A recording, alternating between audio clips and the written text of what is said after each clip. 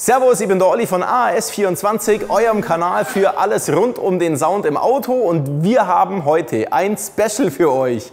Unser Kandidat ist heute ein Audi R8 Plus mit 610 PS, und da bauen wir heute von Autoscope eine Fahrzeugortung ein.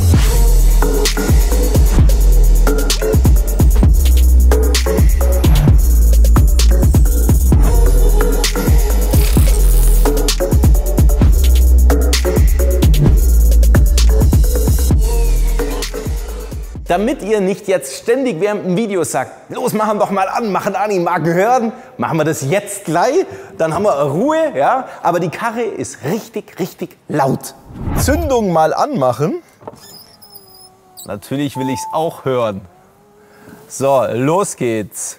3, 2, 1.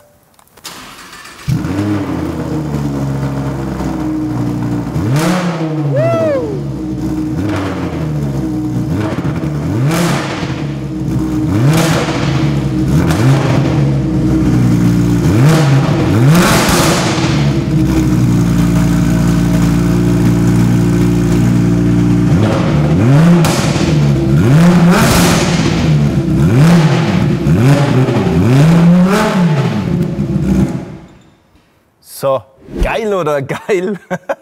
Jetzt ist aber auch mal genug für den Anfang, und jetzt bauen wir gemeinsam Autoscope ein, also unsere Kfz-Ortung in unserem Audi R8, und versprochen, ganz zum Schluss vom Video, nach dem Einbau, möchte ich euch natürlich auch zeigen, was man damit alles machen kann und was man damit sieht, und da werden schon noch ein paar Aufnahmen dabei sein, die euch Spaß machen. Wenn ihr bei uns die Kfz-Ortung von Autoscope bestellt, dann schaut es genau so aus, und jetzt machen wir natürlich hier ein nettes Unboxing. Das heißt, wir machen jetzt einfach mal die ganze Verpackung weg, und dann zeige ich euch mal, was da überhaupt alles drin ist.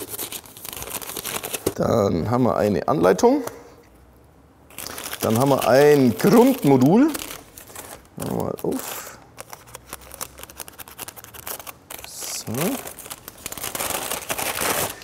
So schaut es aus. Wir haben eine GPS-Maus. Wir haben eine GSM-Antenne. Und wir haben einen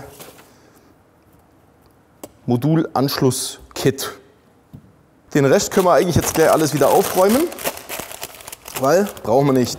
Gleich vorweg gesagt, wir haben Autoscope schon mal verfilmt, ziemlich umfangreich, mit den eigentlichen Herstellern zusammen in einem Video, und haben die ganze Arbeitsweise, wie das alles funktioniert, super detailreich schon abgefilmt. Wir werden euch den Link zu dem entsprechenden Video gleich mit unten in unseren Videobeschreibungstext reinmachen. Aber wir bauen das jetzt alles nochmal ganz sporadisch hier in unserem Audi R8 Plus zickzack ein. Die Bedienung von Autoscope am PC oder per App auf dem Handy haben wir euch auch in einem anderen Video sehr umfangreich erklärt.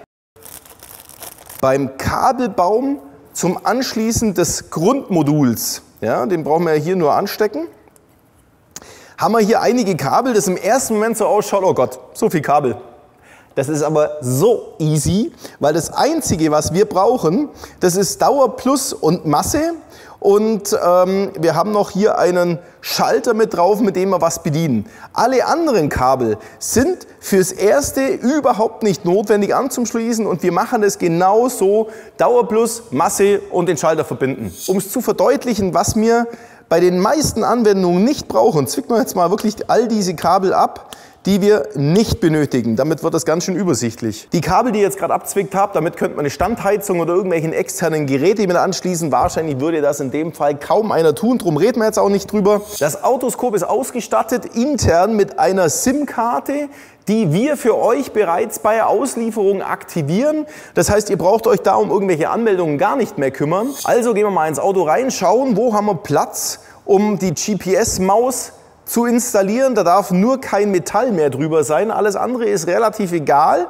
Wir werden es natürlich auch versuchen, unsichtbar einzubauen, genauso wie mit der GSM-Antenne. Die funktioniert auch unter unterm Armaturenbrett, wo man es unten reinmachen kann, völlig unsichtbar. Und die zwei Sachen muss ich halt hier auch noch mit dem Autoscope verbinden. Und wir gehen jetzt mal ans Auto ran. Mal schauen, was sich im hinteren Teil des Fahrzeugs verbirgt. Ja, ein hübscher 10-Zylinder von der Raffaella. So, aber da werden wir ein Autoscope nicht verbauen. Wir haben hier sehr schlechten Zugang auf Stromversorgung und Co. Insofern machen wir hier wieder einen Deckel zu und schauen mal, wo wir sonst noch Platz haben. Dann schauen wir jetzt mal in den richtigen Kofferraum rein. Der ist nämlich riesengroß. Da passt mindestens eine große Sporttasche rein. Aber wir haben hier auch die Batterie. Die verbirgt sich nämlich hier vorne. Und ja, aber die ist sehr, sehr schwer zugänglich und eigentlich auch nicht wirklich cool für uns jetzt an der Stelle, weil wir auch den Taster mit belegen wollen. Der gehört ja sowieso in die Fahrzeugzelle rein.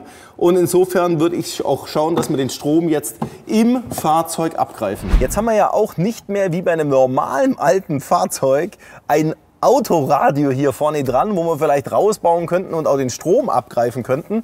Nein, wir haben hier virtuelles Display und überhaupt kein Zweitmodul mehr oder irgendwie sowas. Das ist das MMI und wir haben hier keine Möglichkeiten mehr, irgendwas mal schnell rauszumachen. Das will ich euch auch gar nicht zumuten. Aber was wir sofort machen können... ja, genau. Wir gehen jetzt zum angezeigten Punkt, wo wir nämlich unseren Strom herkriegen. Und das ist am Sicherungskasten im Beifahrerfußraum direkt vorne an der Stirn dran. Unter der Fußmatte verbirgt sich eine Platte, die man ebenfalls wegmachen kann. Klick, klack, kluck. So, die können wir auf die Seite tun und da unten sehen wir uns jetzt den Sicherungskasten. Und da müssen wir jetzt auf jeden Fall mal irgendwie an unseren Strom ran, an das Dauerplus und an die Masse. Und wir müssen da unten drin irgendwie auch unsere GPS-Maus und am besten auch die GSM-Antenne anbringen. Jetzt sieht man da unten im Fußraum relativ schnell, dass da doch der ein oder andere Platz da ist, um das Grundmodul von Autoscope unterzubringen. So, auf der linken Seite könnten wir jetzt mal zum Beispiel den Teppich hier rausnehmen und da unten ist jetzt schon mal genügend Platz, um was zu verstauen. Und das Kabel kann auch ganz entspannt hierher gelegt werden. Wir können hier drunter gehen oder wir können hier die Seite wegnehmen und auch hier unseren Autoscope drunter verstecken. Die Situation, wie wir sie hier vorfinden, so ähnlich schaut es in den meisten anderen Autos auch aus, dass man Platz hat, so ein Grundmodul unterzubringen. Jetzt liegt es an eurer Kreativität, das Modul so zu verstauen, dass es natürlich nicht, wenn ein Einbrecher das Ding da unten aufmacht, den Deckel, sofort das Teil entgegenfällt, sondern einfach versucht, die Kabel und das Grundmodul so zu verstecken, dass es erstmal nicht auffällt. Bei der GPS-Antenne haben wir ja gesagt, reicht uns, wenn wir nach oben kein Metall mehr haben. So, da können wir unseren Seitendeckel wegmachen und wir haben hier einen Hohlraum, wo oben nur noch Plastik ist. Das heißt, wir können jetzt unsere Antenne schon mal hier reinmachen. Die machen wir mit einem Bitumenbad fest, damit die richtig drin ist. Solange die so waagrecht drin liegt, haben wir auch überhaupt kein Problem mit dem Bitumen drunter. Das wird auf jeden Fall an der Stelle bleiben und hat einen sehr guten Empfang zum GPS. So, Bitumen rein, auf das Bitumenbad drauf und damit bleibt es. Und jetzt müssen wir nur noch das Kabel genau von da wieder bis runterlegen, wo wir unser Grundmodul haben.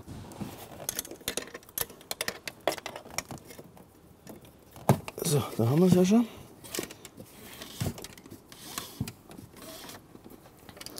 Das lassen wir mal so, dann können wir es nachher noch zurückziehen.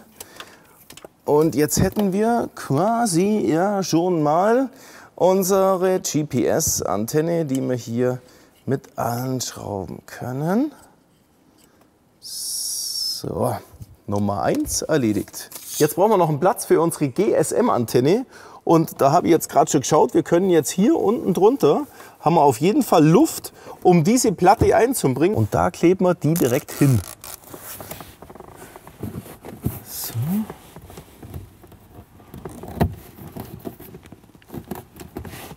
So, festdrücken. Und dann können wir auch unser Kabel entsprechend hinter der Verkleidung rumlegen. So. Damit haben wir jetzt auch die GSM-Antenne fix und fertig verlegt und schrauben die hier mit an. Und damit haben wir das Thema fertig. Und jetzt brauchen wir nur noch Masse und Dauerplus. Unseren SOS-Schalter, den werden wir hier hinmontieren nur auf der anderen Seite drüben, weil da muss ich ja hinkommen, wenn ich mal feststecke, dass ich wenigstens draufklicken kann.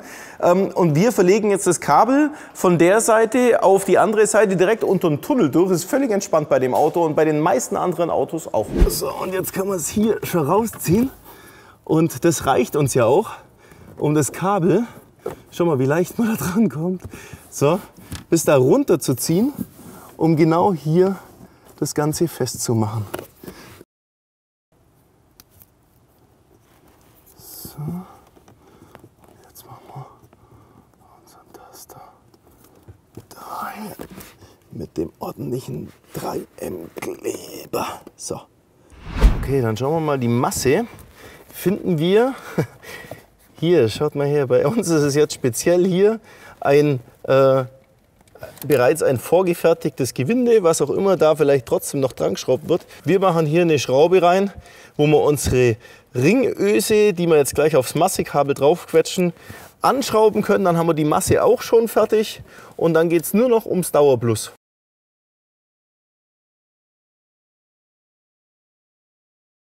Unser Dauerplus muss jetzt auf irgendeins von diesen Kabeln und Steckverbindern drauf. Wer sagt, nein, ich traue mich da unten nicht dran irgendwo, sondern hier irgendwo Sicherungsteile, der könnte jetzt auch sowas hier nehmen. Das ist ein Sicherungsabgriff. Das heißt, entweder da, wo schon eine Sicherung drin ist, hier zum Beispiel eine 10 Ampere Sicherung, die könnte ich rausmachen und sagen, so, den stecke ich hier rein. Damit habe ich den abgegriffen. Also das heißt, ich müsste jetzt in dem Fall die vorhandene Stecksicherung auch hier einstecken und hätte jetzt quasi die alte Sicherung hier drauf und die neue für das neue Stromkabel hier. So, damit hätten wir jetzt im Prinzip ein Dauerplus. Das ist natürlich vielleicht nicht die idealste Lösung für einen Sicherheitsschutz, weil es natürlich auch einfach abzustecken ist. Aber mal ganz ehrlich, wer weiß denn, der so ein Auto aufbricht, dass jetzt gerade ausgerechnet ein Autoskop hier drin ist, dass es genau hier vorne dran angeschlossen ist. Es könnte ja auch irgendein anderes Zusatzmodul sein. Das heißt, der Einbrecher wäre sich immer noch gar nicht ganz sicher, ob er das Richtige überhaupt abgesteckt hat. Also eine Notbehelfe ist das auf jeden Fall. Vielleicht hat auch nicht jeder dieses Autoskop drin, um sein Auto wegen Diebstahl zu orten, sondern vielleicht aus irgendwelchen anderen Gründen. Wir in unserem Fall bauen das natürlich jetzt richtig ein. Wir gehen auf eine Stromverkabelung drauf, die wir euch an dieser Stelle aber jetzt nicht zeigen. Das Einzige, was wir jetzt noch zu tun haben, ist die Kabel sauber zusammenwickeln, damit die nicht hier wild in der Gegend rum sind und den Autoskop Grundstein jetzt im Auto einfach zu verstecken, hinter eine Säule, hinter einen Teppich, unter einen Teppich, hinter das Handschuhfach, egal wo. Jetzt könnte mal richtig kreativ sein.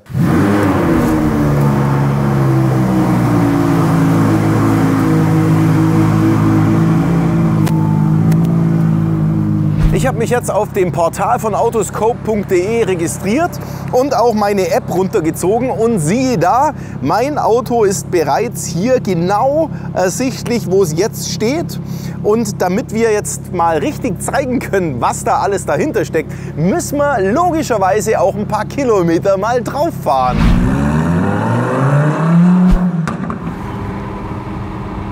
Also das ist ja auch das Geile an meiner Arbeit, dass man halt auch ein bisschen Spaß dran hat.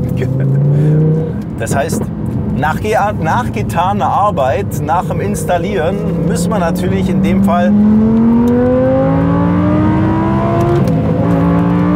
auch mal eine Probefahrt machen, ob das alles auch das aushält, was wir so versprechen. So, die schauen schon ganz böse. Ganz entspannt bleiben. Servus.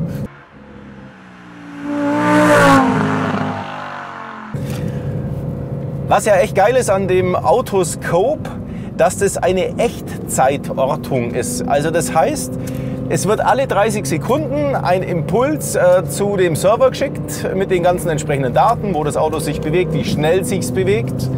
Und im Gegensatz zu vielen anderen Ortungssystemen, da kommt dann erstmal, oh, das Auto ist weg. Und jetzt fragen wir erst an, wo ist denn das Auto? Und wenn das Auto vielleicht dummerweise echt in einem Metallcontainer verschrafft worden ist, dann tut mir vielleicht schwer, das dann hinzukriegen. Das kann dir natürlich bei einer Autoskop vielleicht auch passieren, aber zumindest, wenn das Auto erstmalig irgendwo weggefahren wird, dann weiß ich schon, Wo ist denn das hingefahren? Über welche Strecke ist denn das hingefahren? Das ist natürlich anhand von dieser Echtzeitortung cool. Und jeder, der sich jetzt so ein Ding einbaut, der hat ja sowieso die ersten 12 Monate den Betrieb von den Daten frei und kann sich nach weiteren 12 Monaten, wird er auch gefragt, magst vielleicht 3,99 € für die nächsten 12 Monate, also pro Monat 3,99 € bezahlen und den Dienst weiter nutzen. Das ist natürlich echt voll geil und sehr, sehr unkompliziert.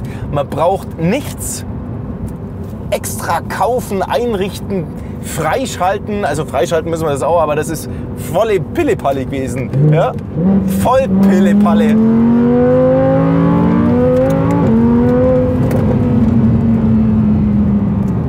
Ist doch geil hier im Allgäu irgendwo in der Gegend rum zum Heizen, wo nur noch Fahrradfahrer unterwegs sind, die alten Elektrobiker. Die Ortung alleine kann man natürlich auch in andere Fahrzeuge einsetzen. Es muss ja nicht unbedingt ein teurer Sportwagen sein, sondern es kann auch ein Werkstattwagen sein. Alles, was einem lieb und recht ist.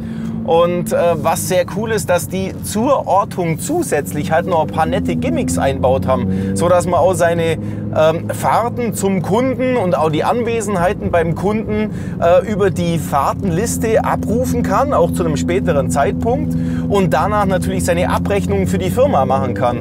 Genauso natürlich auch der Erschütterungsmelder, den finde ich echt sau lecker, weil es gibt halt einfach schon Idioten, die rempeln dein Auto an. Und was machen die dann? Abhauen. Aber ich kriege dann zumindest mal in dem Moment schon eine Nachricht, Moment mal, hey, dein Auto ist gerade zumindest erschüttert worden und ich kann sofort rausspringen und schauen, wer haut da gerade ab und habe vielleicht sogar noch eine Kfz-Nummer und habe den am Sack.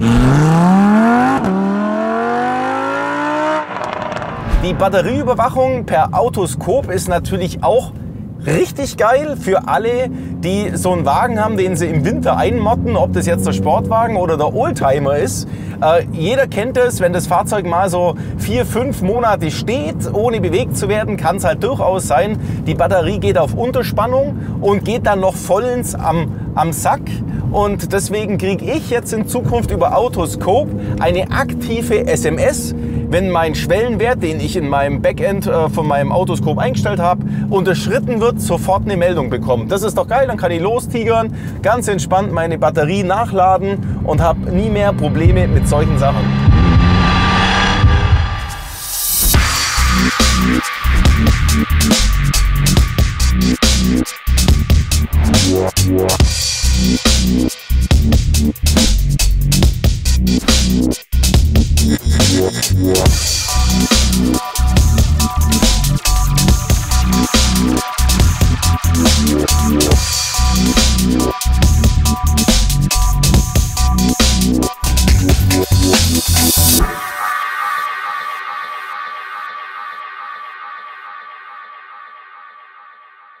Auf dem Desktop bei den Einstellungen für den Alarm habe ich auch gleich hinterlegt, dass wenn man mit dem Auto schneller wie 255 fährt, liebe Autoskop-Leute, das ist ja schon ein bisschen mager, gell? Bei 255. Mich interessiert es, wenn jemand über 290 fährt, wenn jemand mit dem Auto fahren würde, um dann einen Alarm zu geben, aber 255 fährt ja fast jede Krücke schon. Also auf jeden Fall werden wir das jetzt natürlich ausprobieren, dass wenn das Auto jetzt 255 überschreitet, dass wir eine SMS bekommen. Keine Angst gehabt.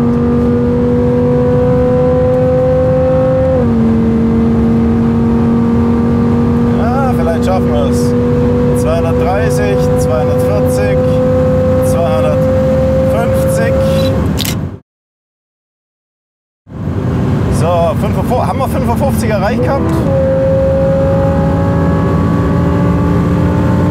So, jetzt kommen wir.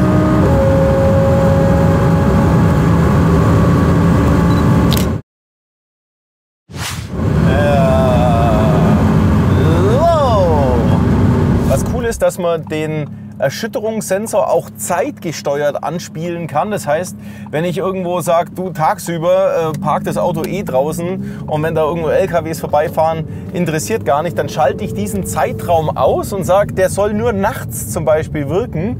Und da kann man natürlich auch die Empfindlichkeit entsprechend einstellen auf dem Desktop und diesen Erschütterungssensor quasi auf sich justieren, damit da kein Fehlalarm kommt, weil das mag natürlich auch keiner haben. Und wenn ich diese Zeitsteuerung habe und sage tagsüber eigentlich nicht, aber ich fahre jetzt doch mal ausnahmsweise an einen Parkplatz, wo ich mir denke, oh wei, was sind denn hier für Gestalten? Vielleicht würde ich doch gern jetzt meinen, oh je, da kommen lauter 1000 Autos, würde ich jetzt gern meinen Bewegungssensor aktivieren. Dann kann man das in der App schnell mit ein- und ausmachen und dann ist das auch schon erledigt. Der war ganz nett, hat mich gleich reinlassen. Super, danke. Von der Autobahn zurück zeige ich euch jetzt, wie das mit dem SOS-Knopf funktioniert. Den drückt man jetzt einfach mal. Der ist ja leicht zugänglich und doch ein bisschen versteckt.